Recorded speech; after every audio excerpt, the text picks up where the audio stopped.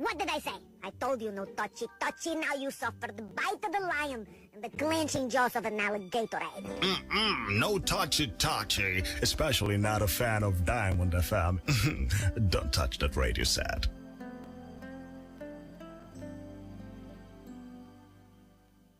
Keep in touch with us from any part of the world. Log on to our website www.diamondfm.net or download our app Diamond FM on Google Play Store or Apple Store. The best sounds on radio. Diamond FM, shining supreme.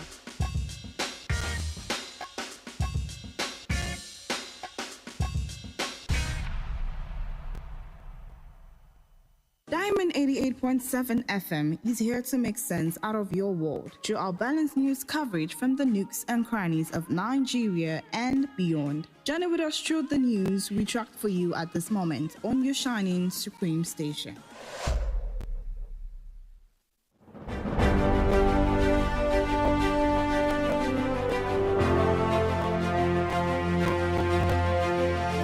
From the news desk of Diamond 88.7 FM Ilorin, this is news around the world.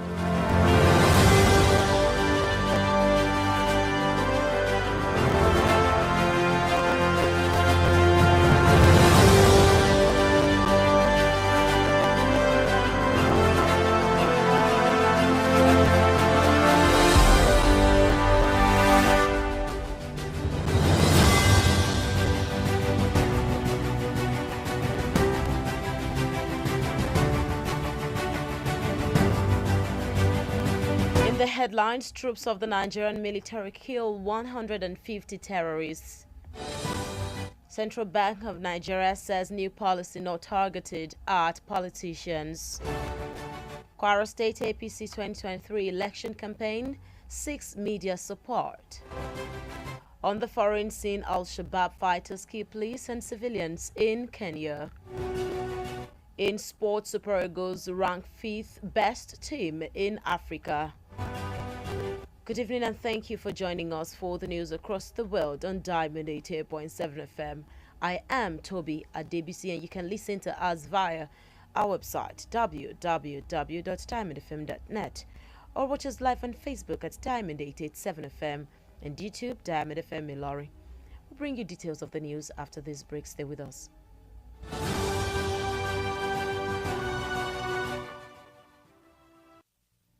Monkeypox is an illness caused by the monkeypox virus, and it has been detected in Nigeria. It can be spread from person to person through direct contact with body fluids of infected persons or animals. Symptoms of monkeypox includes rash, fever, low energy, muscle ache, and so on. To protect yourself from contracting the virus, ensure that food containing animal meat or parts are properly cooked before eating. Clean and disinfect your environment regularly. Limit close contact with infected people. Your good health is important to us. This message is from Diamond 88.7 FM Ilorin.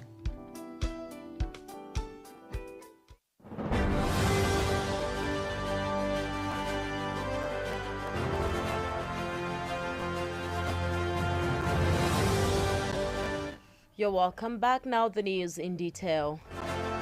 President Muhammadu Buhari has approved the reappointment of Malam Shekaro Omar as Executive Director, Small and Medium Enterprises for a second tenure. Omar, whose first tenure would be expiring on March 5, 2023, will now serve for another 4 years. The senior assistant media to the Minister of Trade and Investment, Ifedayo Shayo, disclosed this in a statement. The Central Bank of Nigeria, CBN, has reiterated that politicians are not the target of the new cashless policy of the government. Aisha Ahmed, a deputy governor of the CBN, stated this while briefing the House of Representatives on the floor of the House. The decision of the bank to commence the implementation of their policy some months before the election has fueled speculation that the bank may be targeting politicians. Ahmed represented the CBN Governor Godwin Emefiele to brief the lawmakers on the withdrawal limit policy and the redesigning of the currency. The leadership of Kwara State APC 2023 Election Campaign Council has today sought the support of the media towards the forthcoming general elections in the state.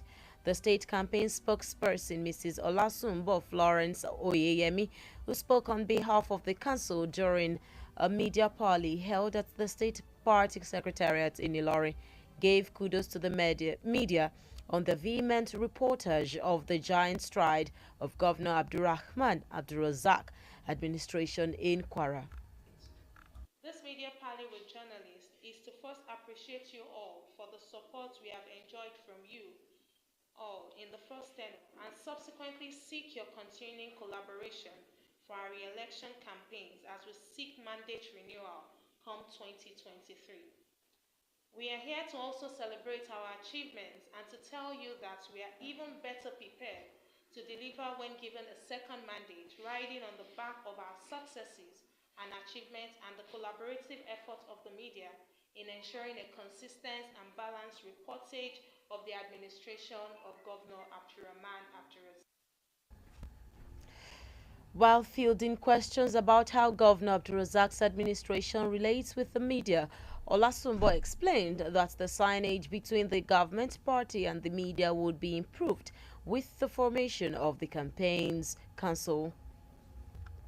In their separate remarks, Director General of the Campaign Council, Ambassador Abdul Fattah Sariki, and State Party Chairman Prince Ayo Fagbemi explained that the APC will emerge in the forthcoming elections while opposition parties will remain in opposition, advising the media to stay away from unbalanced and continue to the good work for the benefits of Kwara.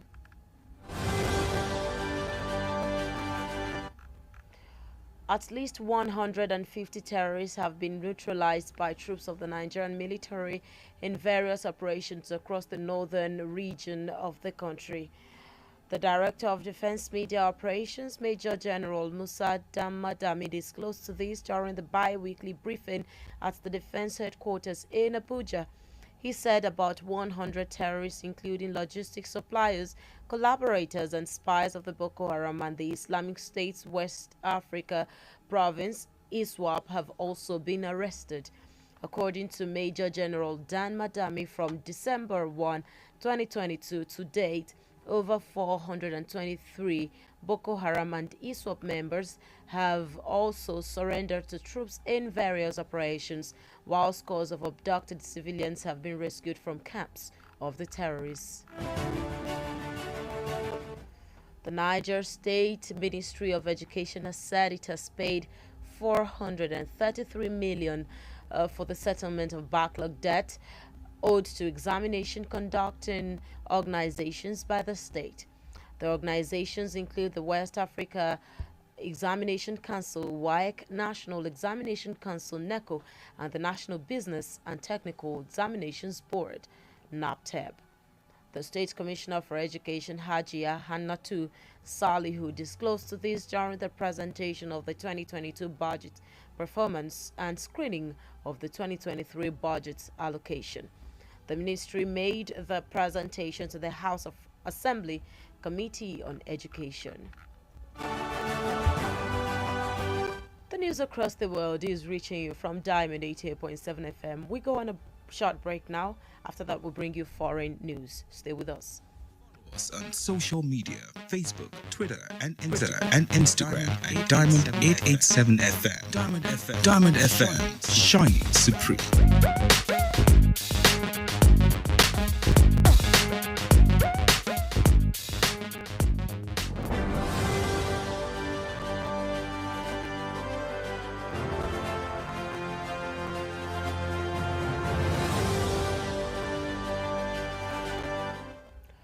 You are welcome back. You are still listening to the news across the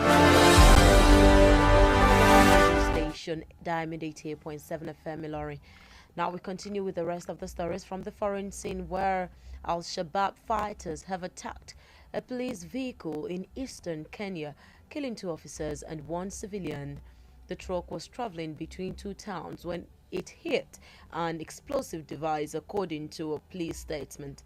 The fighters then fired a rocket-propelled grenade at the vehicle and engaged in a heavy firefight which killed the victims. And in the exciting world of sport, it's indeed exciting for the Super Eagles as they have ended the year as Africa's 5th best team after a disappointing 2022 that saw them fail to make the World Cup.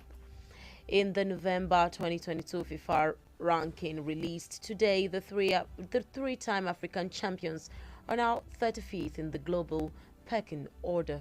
Morocco is the number 1 team in Africa and 11th in the world. Senegal at 19th, Tunisia at 30th, and Cameroon at 33rd completes the continent's first 5.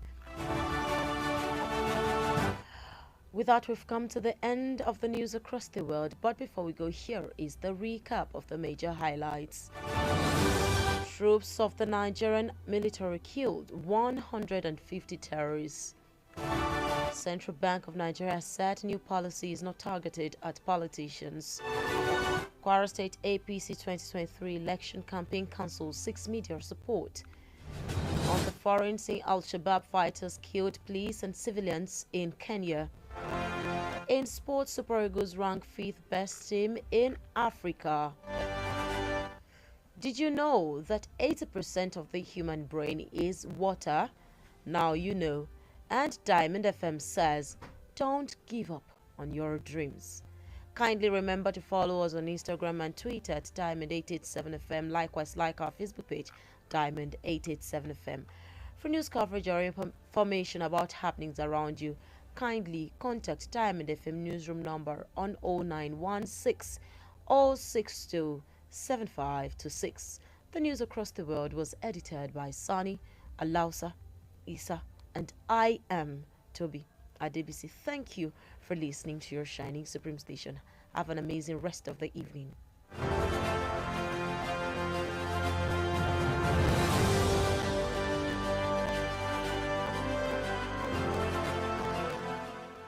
Keep in touch with us from any part of the world. Log on to our website www.diamondfm.net or download our app Diamond FM on Google Play Store or Apple Store.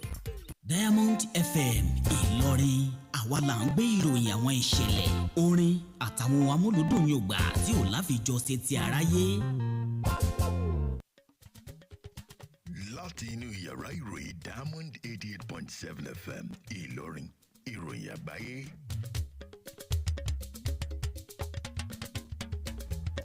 Akínyìn kú ìrọ̀lẹ́, ẹ sì kú iṣẹ́ látàárọ̀. Ìwọ̀nyí ni àwọn kókó inú ìròyìn náà. Àwọn ọmọ ogun ilẹ̀ Nàìjíríà ṣekú pa 190 àwọn agbésùnmọ̀mí. Ilé ìfowópamọ́ àpapọ̀ ilẹ̀ Nàìjíríà sọ pé àgbéjáde ètò tuntun kò fojú sùn àwọn olóṣèlú rárá o. Ìgbìmọ̀ elétò ìpolongo ìbò ọdún 2023 nínú ẹgbẹ́ òṣèlú APC nípínlẹ̀ Kwara pè fún àtìlẹ́yìn àwọn oníròyìn. Ìròyìn ilé òkèèrè, àwọn jagunjagun ikọ̀ Al-Shabaab ṣekú pa ọlọ́pàá àti aráàlú lórílẹ̀‐èdè Kenya. Ìròyìn eré ìdárayá, wọ́n tò ikọ̀ agbábọ́ọ̀lù àgbà ilẹ̀ wa Super Eagles sí ipò 5 nínú ikọ̀ àwọn agbábọ́ọ̀lù tó dára jùlọ nílẹ̀ adúláwọ̀. Ẹ ṣeun fún bí ẹ ti darapọ̀ mọ́ wa fún ìròyìn káàkiri orílẹ̀‐èdè àgbáyé fún tòní láti lè ṣe Diamond 88.7 FM Ìlọrin. Tope Animasahun lóníròyìn yé. Ẹ má gbàgbé wípé ẹ lè rí wa gbọ́ lórí ìtàkùn àgbáyé wa ní www.diamondfm.net tàbí kẹ́ wò wá tààràtà lórí ìkànnì Facebook ní @Diamond887FM. Bákan náà lẹ tún lè wò wá lórí YouTube ní @DiamondFM Ìlọrin. Ẹ̀kúnrẹ́rẹ́ ìròyìn náà ń bọ̀ láìpẹ́. Ẹ má torí owó, ẹ má torí ipò. Ìyá bọ̀bọ̀, ẹ wá, ẹ wò, ẹ gbà. Kínú, àti pé kí ní fi ẹgbẹ̀rún kan náírà àti kí ọ̀dà rẹ̀ sì tẹ́ gbé wá ìṣe. Kẹ́ẹ̀kan mánéèjì ẹ̀ ni. Àmọ́ tó bá ti dọjọ́ ìdìbò, olùdíje ẹgbẹ́ òṣèlú tiwa ni kẹ́ ẹ tẹ̀ka fún pìràpìrà. Ṣé ẹ wá rí i tí ẹgbẹ́ òṣèlú tiwa bá fi lè wọlé, késekése lèyí, kàsàkàsà ń bọ̀. Ṣé lóòótọ́? Págà, má dán wò, àgbọ̀nrín èsì ló ń jẹ lọ́bẹ̀. mọ́ torí ẹgbẹ̀rún kan náírà tó ń ti ike ọ̀dà ìrẹsì kan ta ọjọ́ iwájú rẹ̀ àti tàwọn ọmọ rẹ̀ o. bákan náà ẹ ṣọ́ra fún àwọn tó fẹ́ fi òrílẹ̀ kọ́bọ̀ lójú fẹnu ta múṣọ ẹ̀hànnà fún yín lákòókò ìbò. dípò bẹ́ẹ̀ dìbò fún èyíkéyìí olùdíje tí yóò ṣojú rẹ̀ bó ti tó àti bó ti yẹ nítorí ọjọ́ ọ̀la àwọn ọmọ rẹ̀. ìbò rẹ̀ ní agbára rẹ̀ mọ́ tà á mọ́ sì jẹ́ kẹ́nikẹ́ni ó purọ́ gbà lọ́wọ́ rẹ̀ bó o bá ti tà á ó ta ọjọ́ ọ̀la rẹ̀ nìyẹn o. ọ̀rọ̀ ìmọ̀ràn yín wá láti iléeṣẹ́ Diamond 88.7 FM. ìròyìn ẹ̀kúnrẹ́rẹ́ láti iléeṣẹ́ Diamond FM.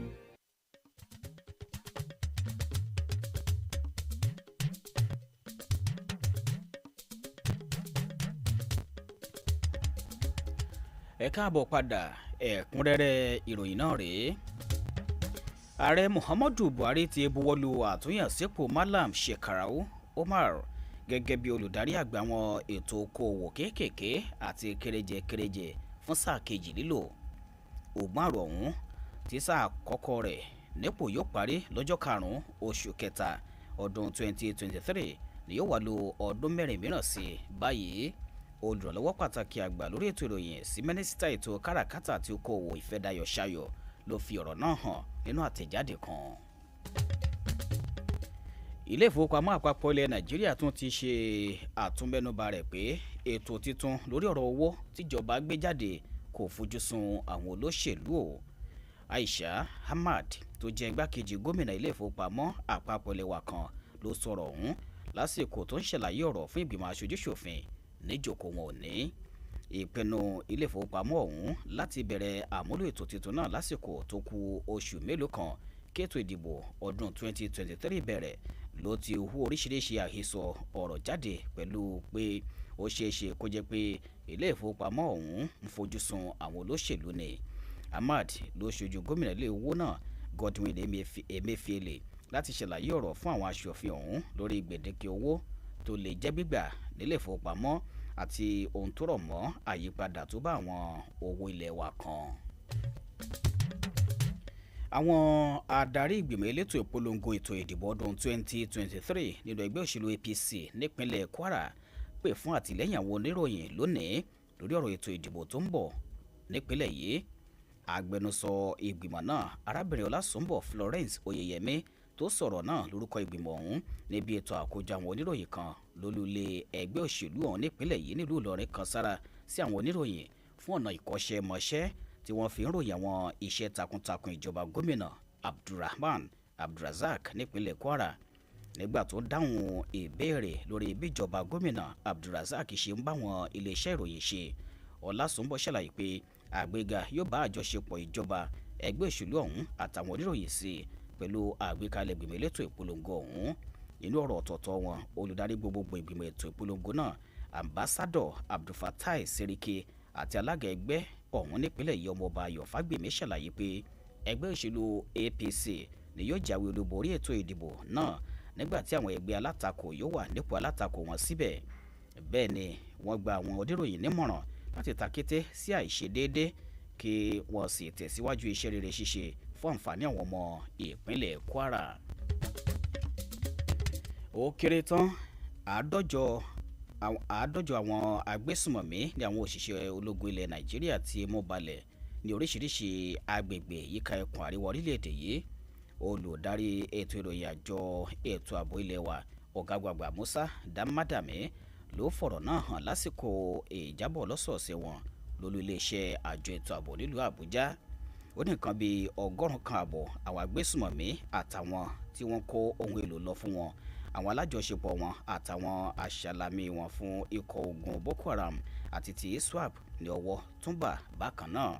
Gẹ́gẹ́ bí Damadame ti wí, láti ọjọ́ kìíní oṣù kejìlá ọdún 2022 títí di àsìkò yìí ó lé ní 243 ẹgbẹ̀gùn Boko Haram àtàwọn ọmọ ogun ISWAP tí wọ́n ti dá ohun ìjọwọ́ wọn sílẹ̀ lóríṣiríṣi àyè tí ọ̀pọ̀ aráàlú tí wọ́n jí gbèsè ti gba ìtúsílẹ̀ kúrò nígbèkùn àwọn agbésùnmọ̀mí náà. Àjọ ètò ẹ̀kọ́ nípínlẹ̀ Niger ti sọ di mímọ̀ pé òun ti san 247 mílíọ̀nù náírà fún gbèsè tíjọba ìpínlẹ̀ náà jẹ àwọn àjọ elétò ìdánwò. lára àwọn àjọ elétò ìdánwò ọ̀hún ni a ti rí àjọ elétò ìdánwò WAEC, NECO àti NAPTEP.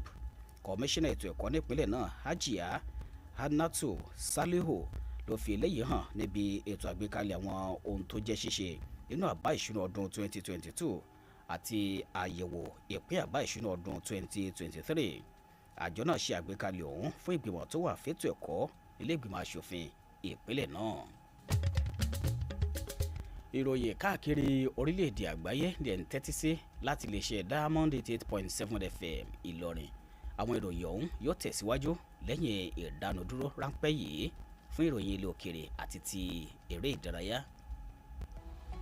Ẹ darapọ̀ mọ́ wa ní ìtàkùn káyélujára wa, ìtàkùn ìbádọ́rẹ̀ẹ́ Facebook, ìtàkùn abẹ́yẹfò Twitter àti Instagram lórí Diamond 887 FM. Diamond FM, shining supreme.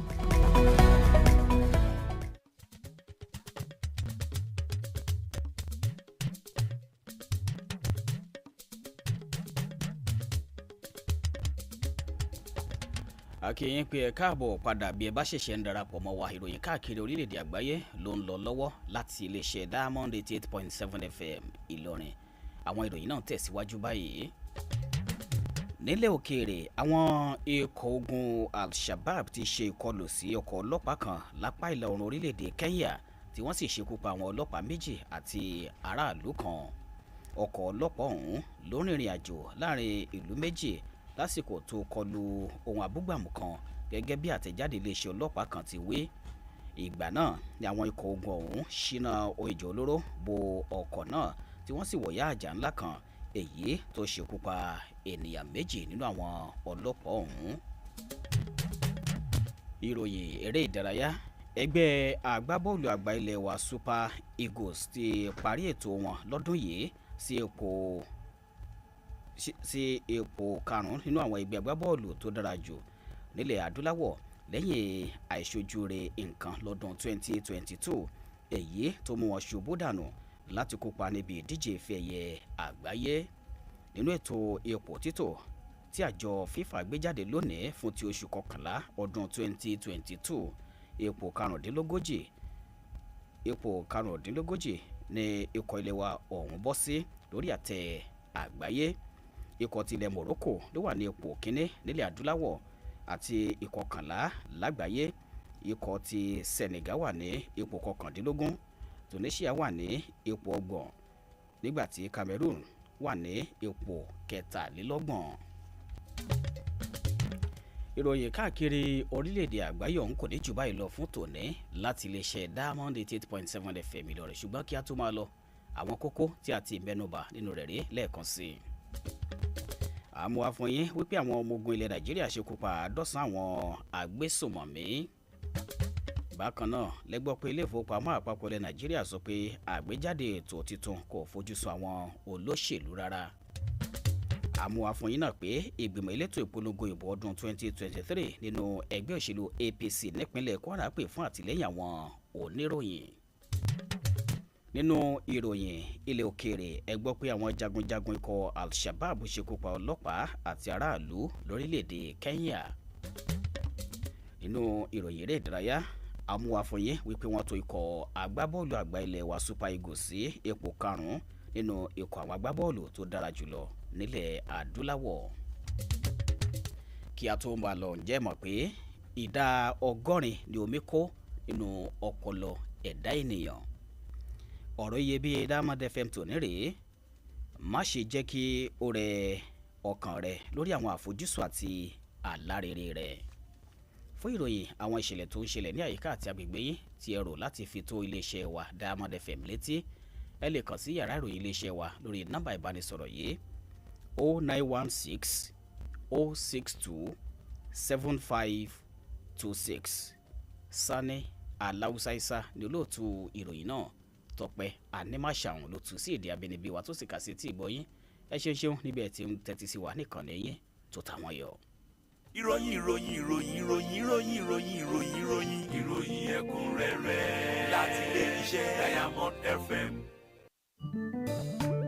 ọjà àtòkòwò tó ń rà mú ńlẹ̀ tí ó ta ìpolówó ọjà ló nílò bẹ́ẹ̀ sì ni ohun tẹ́ ń wá lọ Sókótó rèé lókun ṣòkòtò yín ẹ wá polówó ọjà lọ́dọ̀ wa ní Diamond FM lójúlé kejì òpópónà Yídì tuntun Ìrẹ̀wọlédè Ìlọrin ìpínlẹ̀ Kwara gbàgàdàgbàgàdà nílẹ̀kùn ẹ̀ka ìpolówó ọjà wá sí sílẹ̀ ní Diamond FM Ìlọrin tàbí kẹ́ ẹ pè sórí nọ́mbà wọ̀nyí 09129